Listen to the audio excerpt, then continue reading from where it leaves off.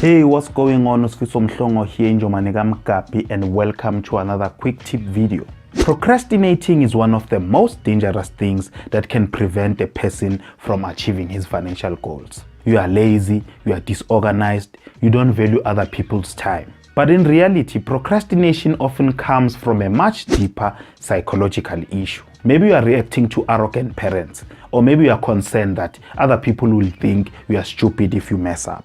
Maybe you are afraid to fail, or maybe you are afraid to succeed, or maybe you are even afraid of your shortcomings. Whatever the problem is, the first step to conquering this behavior is figuring out what's causing it. So by the end of this video, you will learn how to stop procrastinating once and for all. If you are watching this video, maybe there was something else that you were supposed to do, but then you decided to spend 5 minutes on Facebook or YouTube, and somehow you ended up watching this video. An hour or two has passed, but you decided to spend only 5 minutes. I wonder what kind of 5 minutes are there.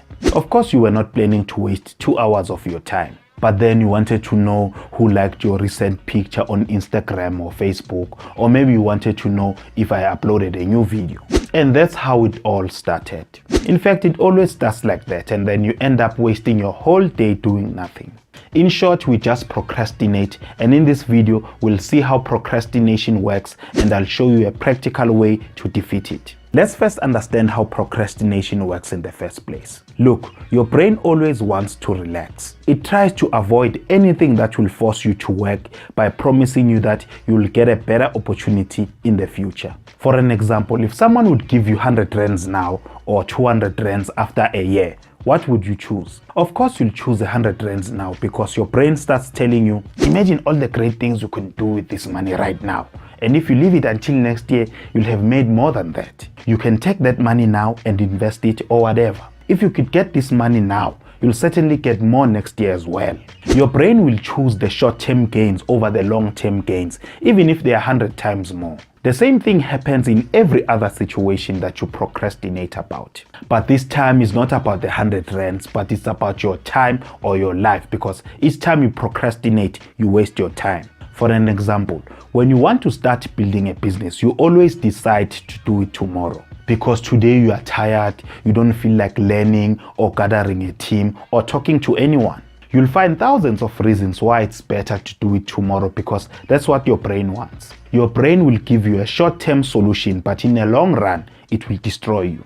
Let's say you want to start learning how to start a new business, a network marketing business, for an example. Your brain realizes that you are about to put some energy to it. So it starts looking for things you enjoy the most and starts reminding you about them over and over until you do them. So if your brain realizes that you enjoy spending your time on Instagram, for an example, it will tell you, why don't you check who liked your recent picture on Instagram, and then you'll start working. If it's YouTube, your brain will say, why don't you watch a video to free up your mind, and you'll be able to focus better on your work. Or why don't you get a cup of coffee first? It will certainly keep you awake. Or it will say, why don't you take a nap? It will make you feel fresh, and then you'll work faster. Your brain will always give you reasons why it is better to do it in the future. So the idea is not to let your brain trick you. I love coffee myself, and every now and then my brain tries to convince me to make a cup of coffee as I'm working on this video, although I had one an hour ago. But luckily, I know a practical way of how to not let my brain trick me, and I'll be sharing it with you in this video right now. The first step is to break up the task into small pieces. Remember that your brain is trying to avoid a lot of work. So when the task looks so big that it needs a lot of work, you won't even know where to start. So your brain will automatically start coming up with every reason to avoid it. So you have to trick your brain and let it know that you are not going to do anything tough. You are simply going to do a simple task that requires maybe about 15 to 20 minutes of your time. You'll tell your brain that you are not going to spend a lot of energy or your time there. That's when you break up the task and focus only on a small piece of it. Your brain isn't going to bother you about it because it's not too much work. The same thing happens when you try to wake up in the morning. Your brain is constantly telling you the day is going to be too long and tiring. You have to take a shower, take a taxi to work for hours, attend meetings. Another 5 minutes of sleep isn't going to make a difference. So what do? You hit the snooze button. Now imagine if you focus on only a small piece of it. Just tell yourself, forget everything. I'm going to take a shower, and if I feel sleepy after that, I'll get back to sleep.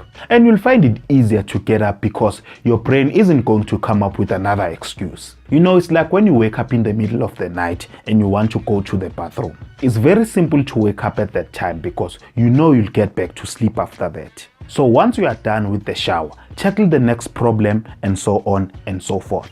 You know, when I feel lazy to go to the gym, I just tell myself, I'm just going to exercise for 10 minutes, and I really mean it. But once I go there and I'm done with the 10 minutes of training, it gets much easier to stay there for another 20 minutes. If you have a test tomorrow and you are procrastinating to study, instead of focusing on studying the entire textbook, just break it into little chapters. Focus on one part at a time and forget all other chapters, like you don't even have to study them.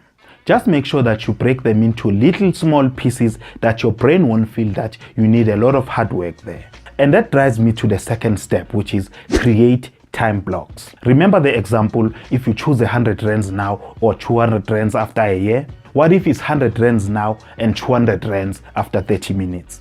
Of course you'll choose 200 rands after 30 minutes because another 100 rands is a good reward for waiting 30 minutes. You can do the same thing with other things. Just decide to study or work 30 minutes regardless of whether it's enough or not. And then reward yourself with 15 minutes of break, and then you can check your Instagram or your Facebook or watch YouTube video or whatever that you want. Set your timer and start working. And remember that within these 30 minutes, you can't do anything other than working, whether it's checking your phone or talking to someone else. Once you learn to stay focused for 30 minutes, you can upgrade it to 45 minutes and eventually an hour or more. And lastly, write down your distractions. You know, your brain is a master of reminding you of all the things you have to do once you start working. You couldn't even think about them, and now suddenly, the moment you start working, you remember everything that you had to do for the past week. You have to send that email, you're supposed to call your girlfriend, you promised your mom to pay a visit. What about the clothes that you were supposed to wash yesterday? You start remembering things that you wouldn't just remember. Some of these things are really important and you have to do them, but a lot of them are just there to distract you. You know, regardless of what it is, your brain keeps thinking about them, but until you get them done, you'll keep postponing your work again and again. Here's a simple way to deal with this. Have a pencil and a piece of paper in front of you and write down every distraction that comes to your mind. Once you are done with those 30 minutes, you can send that email or make that phone call. Writing it down will stop you from thinking about it because your brain knows you'll deal with it in 30 minutes or so. That's it for today. Thank you for watching. And now I'd like to know your opinion. How do you deal with procrastinating? Do you have any secret recipe? Let me know in the comments below, and I will see you on the next one. Cheers.